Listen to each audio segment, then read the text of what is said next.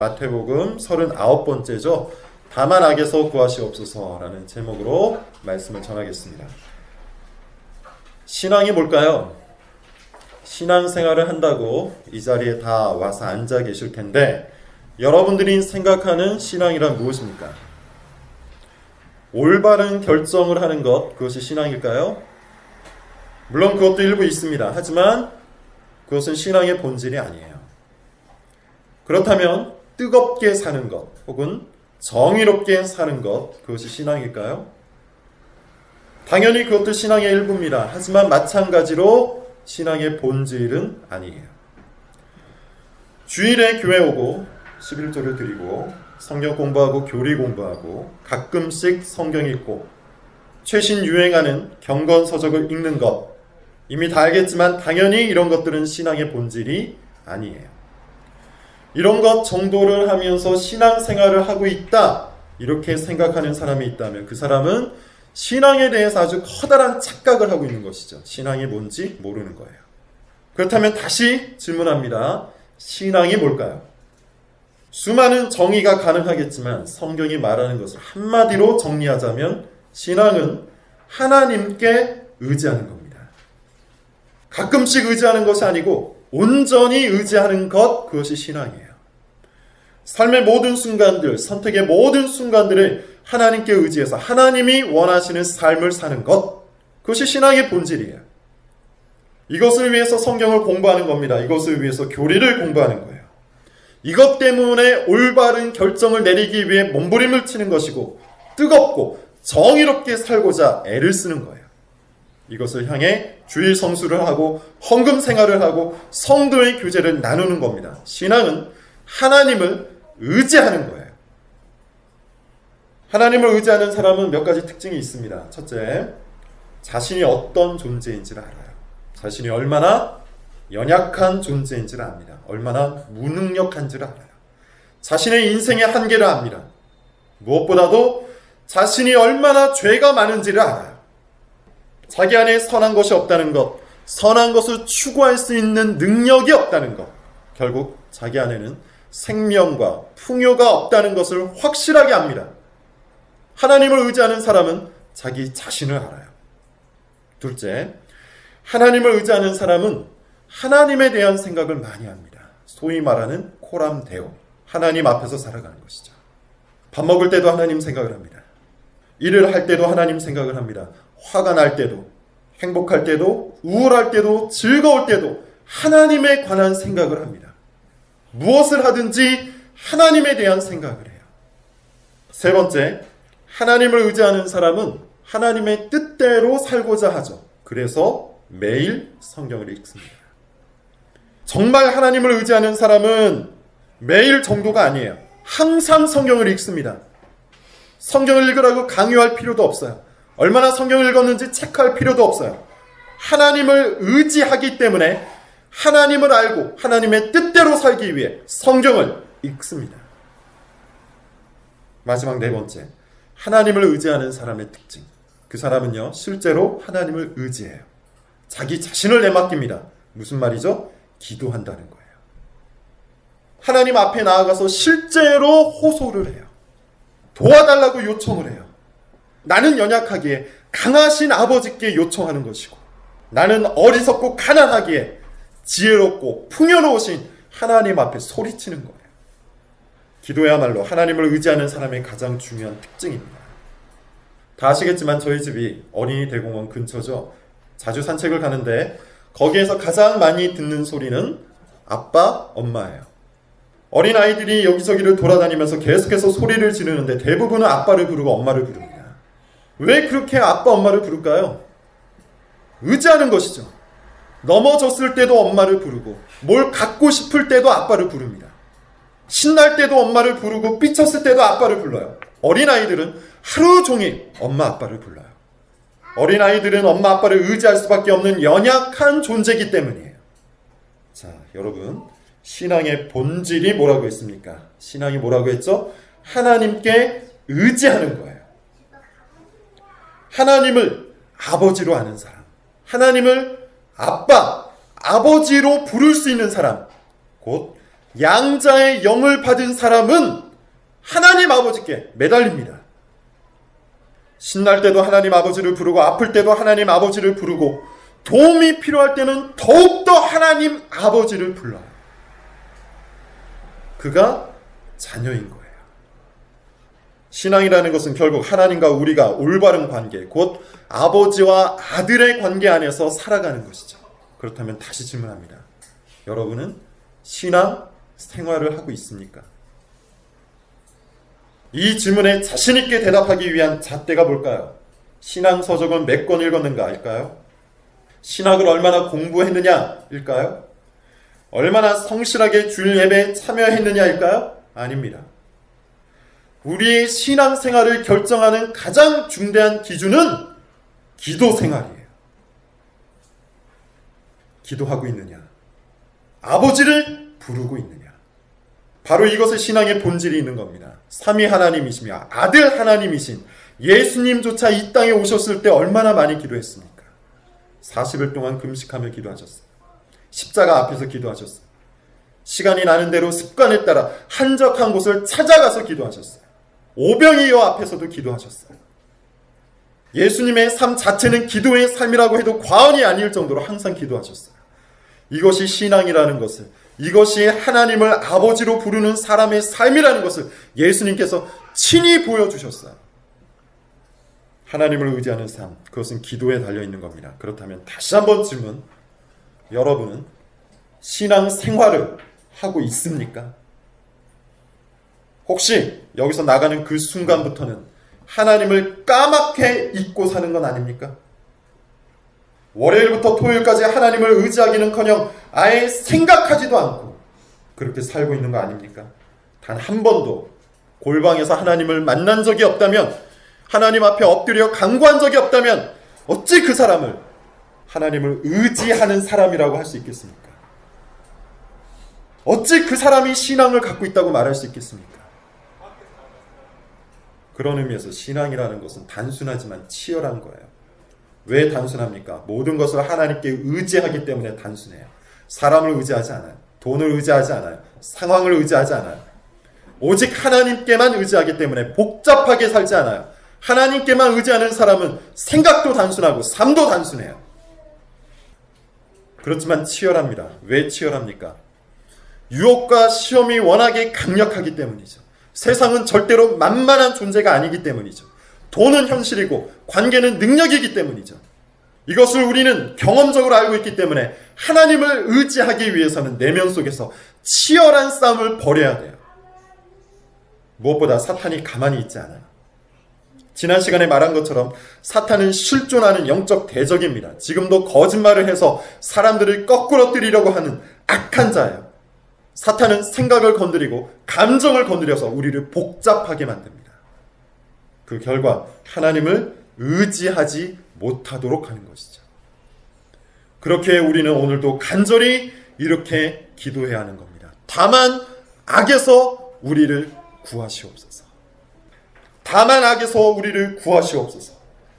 오늘 본문에 나오는 간구, 곧 우리를 시험에 들게 하지 마시옵고 다만 악에서 구하시옵소서 라는 이 간구는 사실 한 가지 기도라고 해도 됩니다. 시험에 들게 하지 말라는 기도와 악에서 구해달라는 이 기도는 근본적으로 같은 거예요. 웨스트민스터 소유리 문답도 이 두 가지를 하나로 이해하고 답변합니다. 하지만 우리는 이 두 가지를 나눠서 살펴보고 있는데요. 특별하게 차이가 있기보다는 중요하기 때문이에요. 가장 현실적인 문제이고 가장 많이 해야 하는 기도이기 때문이에요. 시험에 들게 하지 마옵소서. 악에서 구하시옵소서. 자, 특별히 악에서 구해달라. 무슨 뜻일까요? 오늘은 그 의미를 크게 세 가지로 나누어 설명을 하겠습니다. 첫 번째, 악에서 구하시옵소서. 이것은 우리 안에 있는 악에서 구해달라는 의미예요. 우리 안에 있는 악에서 구원하여 주옵소서. 사람들이 아주 쉽게 하는 오해가 하나 있는데 모든 악은 외부에 있다는 생각입니다. 무슨 소리일까요? 세상이 너무 악해서, 시대가 너무 악해서, 사람들이 너무 악해서 나는 그 악의 피해자다. 혹은 그 악의 잠재적 피해자다. 이렇게 생각한다는 거예요. 악을 외부에 있는 것으로만 생각하는 사람은 두 가지 특징이 있어요. 먼저 굉장히 적대적입니다. 사람들을 믿지 못해요. 의사도 믿지 못해요. 종업원들도 믿지 못해요. 길거리에 돌아다니는 불특정한 사람들도 믿지 못해요. 모든 사람들을 적대적으로 대해요.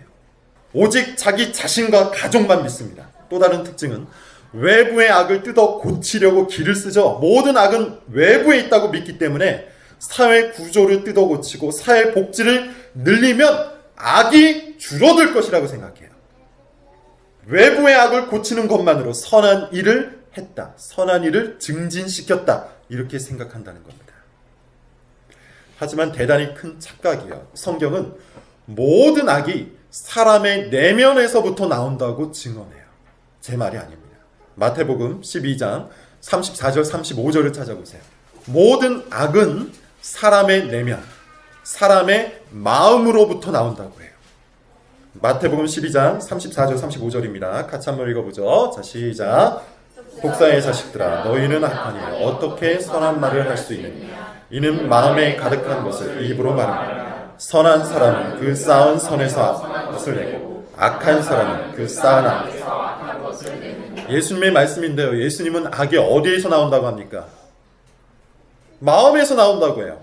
악은 외부에서 흘러 들어오는 것이 아니라 마음 속에서부터 나오는 거예요. 사회 구조를 바꾸는 것 중요하죠. 사회 복지를 늘리는 것, 그것도 중요해요. 하지만 자기 마음에 있는 악을 고치지 않으면, 자기 마음에 있는 악을 제거하지 않으면 우리가 살아가는 이 사회는 영원히 악할 수밖에 없어요. 모든 악은 인간의 죄악된 본성에서부터 나오는 겁니다. 어린아이들을 한번 생각해 볼까요? 어린아이들에게 나쁜 짓을 가르치는 부모가 있습니까? 싸워라, 화내라, 질투해라, 거짓말해라, 욕해라, 훔쳐라, 이런 것을 가르치는 부모는 없어요. 그럼에도 불구하고 어린아이들은 성장하면서 자연스럽게 나쁜 짓을 합니다. 가르치지 않아도 나쁜 짓을 한다는 거예요. 여러분들이 성장했던 날을 되짚어 보세요. 여러분은 누군가에게 배워서 나쁜 짓을 했나요? 처음 거짓말을 했을 때 누군가가 가르쳐서 거짓말을 했습니까? 처음 음란한 생각을 했을 때 누군가가 가르쳤기 때문에 음란한 생각을 했나요? 사람은 가르치지 않아도 나쁜 생각을 본성적으로 하고 나쁜 짓을 자연스럽게 합니다. 사람의 마음 속에 죄가 있기 때문이에요. 이 죄는 점점 커져서 악이 되고 그 악이 쌓여서 자연스럽게 시대의 악, 사회의 악이 되는 거예요. 모든 악은 외부에 있지 않고 우리 안에 있습니다. 그러므로 여러분, 우리가 시험에 빠지는 근본적인 이유 어디에 있을까요? 왜 우리는 그렇게 자주 시험에 빠집니까? 세상 탓입니까? 배우자 탓입니까? 교회 탓입니까? 직장 동료 탓입니까? 그 사람들이 못돼서, 그 사람들이 악해서 내가 시험에 빠지는 겁니까? 우리가 시험에 빠지는 근본적인 이유는 바로 내 안에 있는 죄 때문이에요. 내가 악하기 때문에, 사실은 내가 악을 사랑하기 때문에, 사실은 내가 악에 익숙하기 때문에 악에 넘어지고 시험에 빠지는 겁니다. 내 안에 존재하는 지나친 욕망 때문에, 내 안에 존재하는 과도한 이기심 때문에, 내 안에 존재하는 게으름 때문에, 한마디로 내 안에 존재하는 자기 중심성 때문에, 그 악한 자기 중심성 때문에 스스로 유혹에 빠지는 거예요. 이것도 제 말이 아니에요. 이사야서 47장 10절을 보세요. 구약 성경입니다. 이사야 47장 10절. 지금 저는 제가 제 말을 꾸며서 하고 있는 것이 아니라 성경에서 하고 있는 말을 갖다가 풀어서 말씀드리고 있는 거예요. 한번 잘 보십시오. 이사야 47장 10절을 같이 읽어봅시다. 시작. 내가 내 악을 의지하여 스스로 이르기를 나를 보는 자가 없다나 내 지혜와 내 지식이 너를 유혹하였습니다. 내 마음에 이르기를 나뿐이라 나 외에 다른 이가 없다. 이 말은 하나님께서 악한 바벨론에게 하시고 있는 말입니다. 중요한 것은 그 악이 어디에서 나왔다고 합니까? 누군가에게 배운 겁니까? 누군가에게 유혹당한 겁니까? 스스로에게 유혹을 당했다고 하죠. 자기 자신이 자기 악을 의지하였다고 해요. 우리는 항상 자기 자신을 점검해야 하는데 우리 마음이 부패했기 때문이에요. 부패한 우리 마음은 자주 우리를 속입니다. 다른 사람들은 그토록 박하게 평가하면서, 다른 사람들은 그토록 정죄를 하면서 정작 자기 자신에게는 관대한 것이 우리 자신이에요. 자기 자신을 선하다고 생각하고 착하다고 생각하고 의미 있는 일을 하고 있다고 생각한다는 거예요. 하지만 이것은 놀라운 착각입니다. 모든 악은 외부가 아니라 바로 나의 마음에서부터 출발하는 거예요. 그러므로 우리는 이렇게 기도해야 하는 것이죠. 하나님 아버지, 악을 사모하는 나의 부패한 마음을 고쳐 주시옵소서. 누가 가르쳐 주지도 않았는데 악한 생각을 수없이 생산해내는 나의 부패한 지성을 고쳐 주시옵소서. 악한 일들을 상상하고 악한 짓을 몰래 행하는 나의 악한 본성을 고쳐 주옵소서. 자기 악을 의지해서 아무도 보지 않는 곳에서 가장 악한 짓을 서슴없이 생각하고 서슴없이 행하는 나의 악함을 고쳐 주옵소서. 그 악으로 인해 시험에 빠지고 유혹을 당하는 나의 인생을 건져 주옵소서. 다만 악에서 나를 구하시옵소서. 이것을 기도하지 않는다면 시대의 악을 위해 기도하고 사회의 악을 위해서 기도하는 것은 위선일 뿐입니다. 악의 책임을 외부로 전가해 버리는 겁니다. 이 사람은 몰래 악을 상상하고 악을 저지르는 그 행위, 자기 행위에 스스로 속아 넘어가서 언젠가는 커다란 시험에 빠져버릴 거예요. 악에서 구해달라고 기도할 때 가장 먼저 자기 안에 있는 악을 위해 기도하십시오. 모든 악은 밖이 아니라 안에서부터 출발하는 거예요. 두 번째, 다만 악에서 구하시옵소서라는 간구는 외부적인 악에서 건져달라는 의미이기도 해요. 여기서 균형이 필요합니다.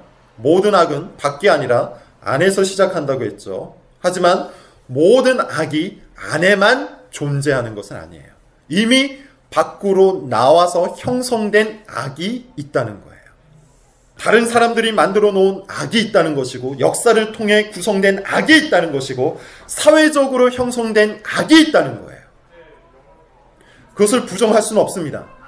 나만 잘하면 유혹에 빠지지 않고 시험에 빠지지 않을 것처럼 생각하는 것은 굉장히 순진한 생각이죠. 세상은 절대 만만치 않고 우리 시대의 악은 지난 시대보다 훨씬 더 강력하고 교묘합니다.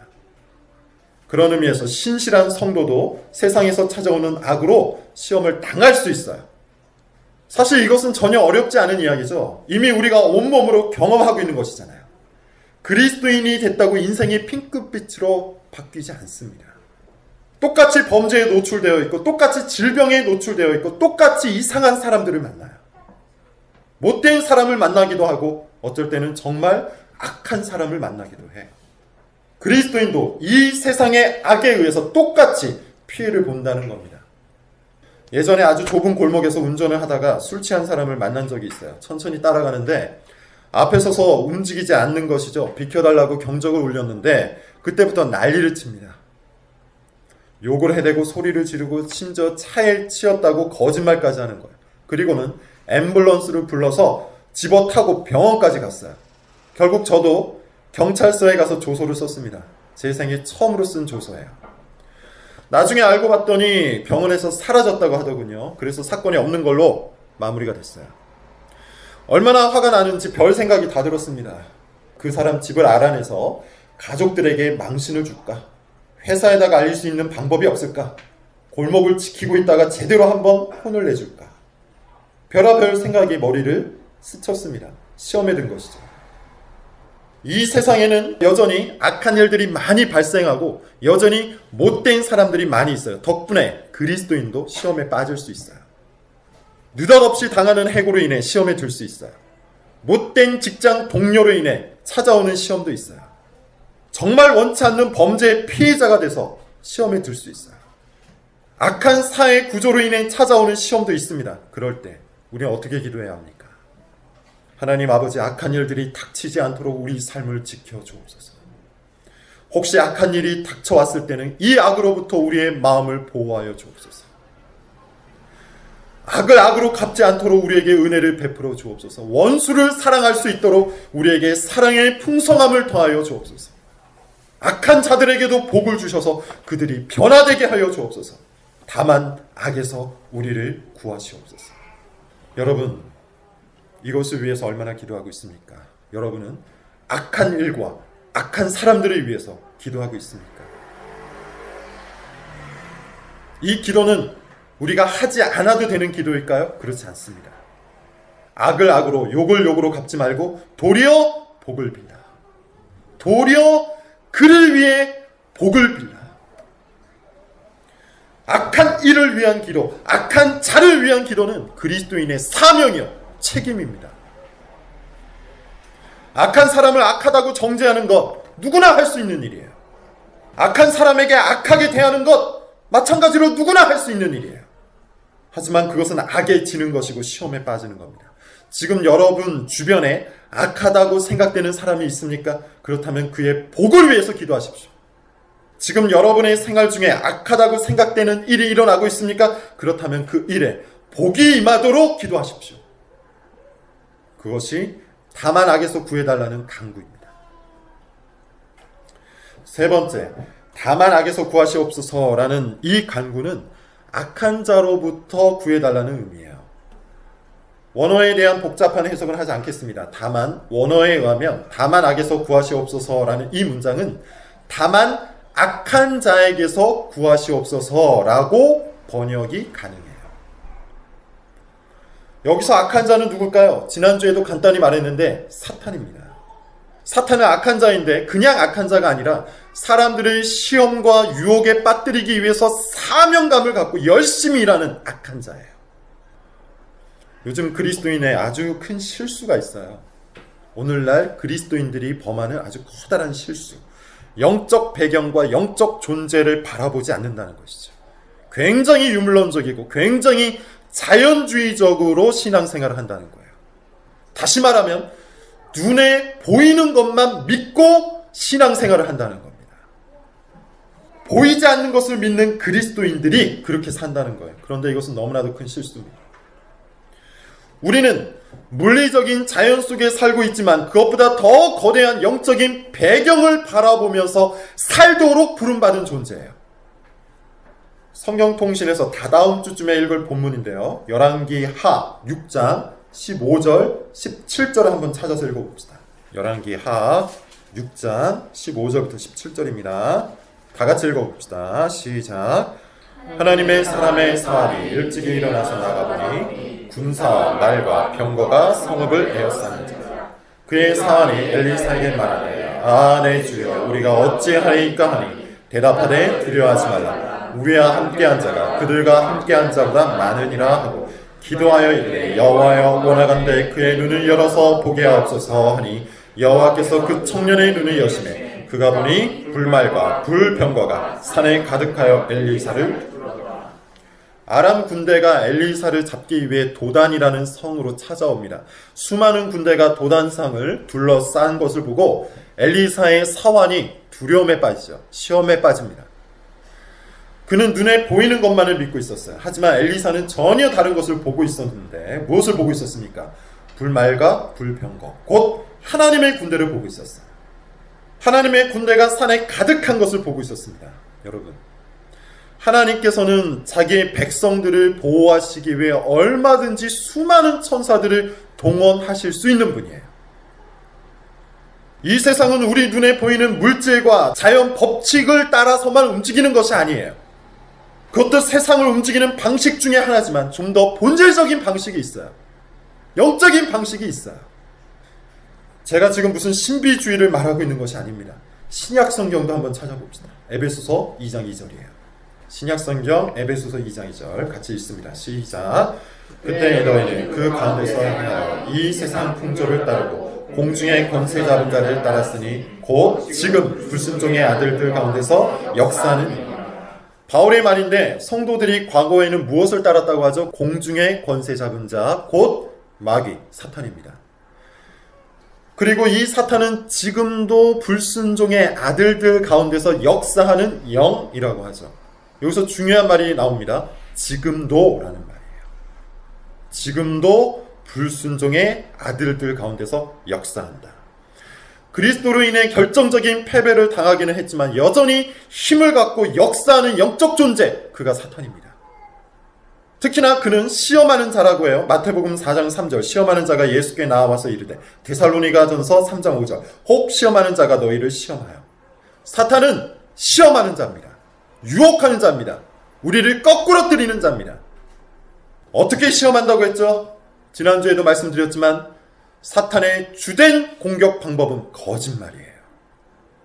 거짓말을 우리 생각에 심습니다. 하나님에 대한 바른 생각을 하지 못하도록 합니다. 우리 자신에 대한 바른 생각을 하지 못하도록 해요. 사탄이 심는 주된 거짓말은 두 가지인데 이거예요. 하나님은 너를 사랑하지 않아. 너는 하나님께 사랑받기 위해 무엇인가를 해야만 돼.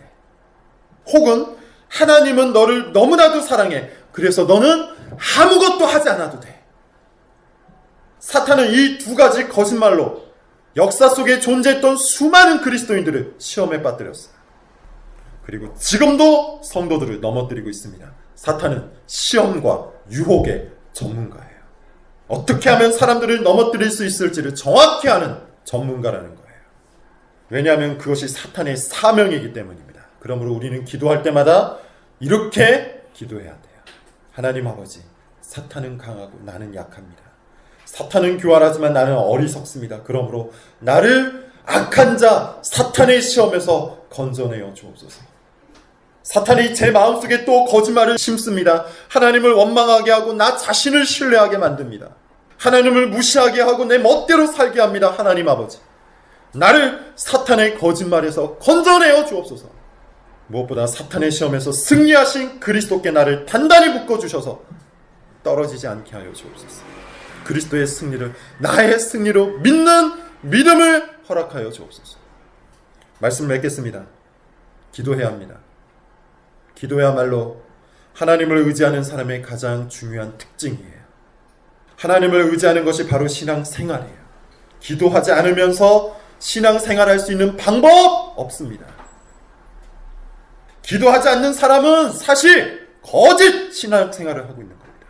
하나님을 의지하지 않는 사람이 어찌 하나님을 신뢰한다고 말할 수 있습니까? 하나님을 신뢰하지 않는 사람이 어찌 하나님을 믿는다 말할 수 있습니까?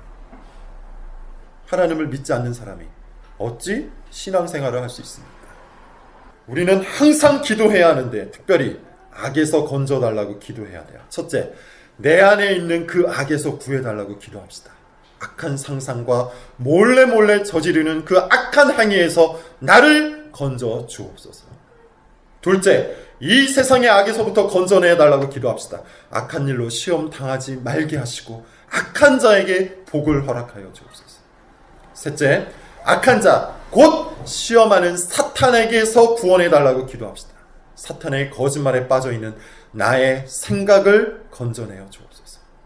여러 번 말씀드립니다. 우리는 기도하는 개혁교회가 되어야 돼요. 공부하는 개혁교회, 행동하는 개혁교회도 중요하지만 기도하지 않는 개혁교회는 교회가 아니에요. 그리스도를 붙들고 하나님 아버지께 담대히 나아가서 무엇이든 기도하는 참된 개혁교회 성도들이 될 수 있기를 바랍니다.